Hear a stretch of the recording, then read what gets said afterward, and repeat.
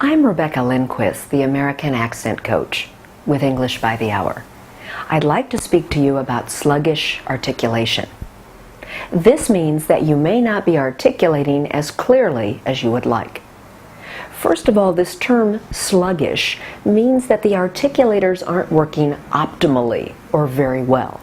And the goal is to help you articulate from the jaw, since we're speaking American English, but also to make sure that all the muscles that are needed to speak are activated. This sluggish articulation may sound like this. If I'm speaking without using optimally all of those muscles, you might still be able to understand me, but it becomes much more difficult. It may sound like you're talking in a bubble, or like you're mumbling. But it's actually not that you are mumbling, it might simply be that the muscles aren't working hard enough, or that you're not aware of which muscles to use. Now this goes beyond pronunciation.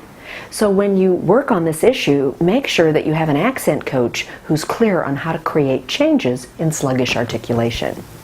Many times, Chinese individuals from southern China exhibit this tendency, and often men have sluggish articulation more than women. Now this doesn't mean that there aren't people from other countries who also have these issues, speaking other languages, but it's very common for Chinese men from southern China. So certainly if you have this issue, it's nothing to feel ashamed or bad about, it's simply something to focus on and work on. It's knowledge and information for you. The challenge now is how to change it. First, I would suggest to you that it's not something you can change overnight. You've spent a lifetime speaking in a different way. But it is possible to change it through lots of over-articulation. Now what's over-articulation? It doesn't mean overdoing it in the sense of doing too much. In fact, over-articulation is something that most presenters and public speakers use all the time. I'm going to over-articulate now so you can hear the difference. If I have a mixed language audience and I want to make sure that everyone understands me, then I would over-articulate. The challenge is that native speakers can learn to do this, but non-native speakers first have to activate the muscles. Now, if you've watched my earlier videos, you know that some of that has to do with mouth movement.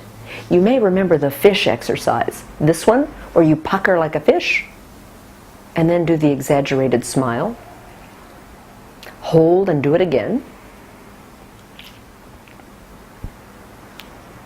Probably 5 or 6 times, until you feel a bit stretchy but no pain. Then you want to go from side to side, perhaps monitoring with a mirror, like this. Notice if you're going to one side and pulling too much on that side and not able to move your mouth to the left. It should be equidistant, so check with a mirror. Then also when you're doing this, notice if your upper lip is moving. Some people move like this.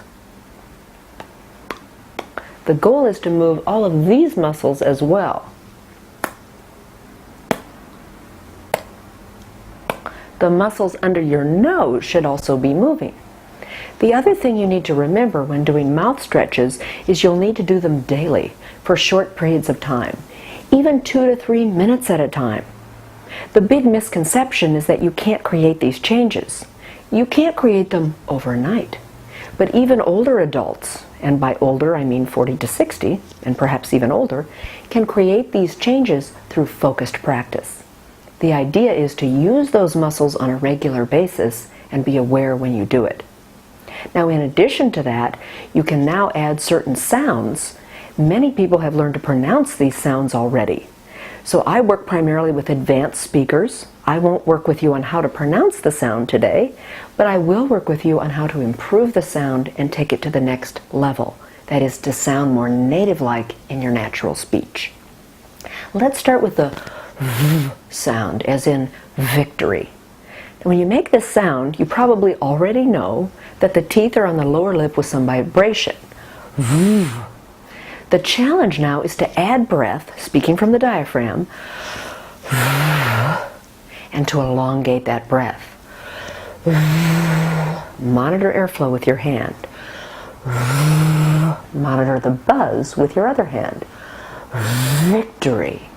Once you've mastered that, you can now put that V in the middle of the word, like this. Over. Record yourself so you know if you're saying over or over.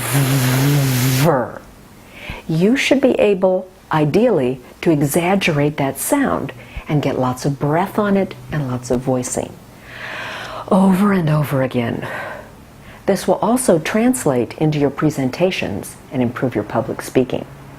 So to recap, many times non-native speakers, especially male speakers from southern China, have something called sluggish articulation, where the muscles aren't able to over-articulate and not enough breath is coming out of the mouth with certain sounds which need to be exaggerated, like the V sound, as in over and over again.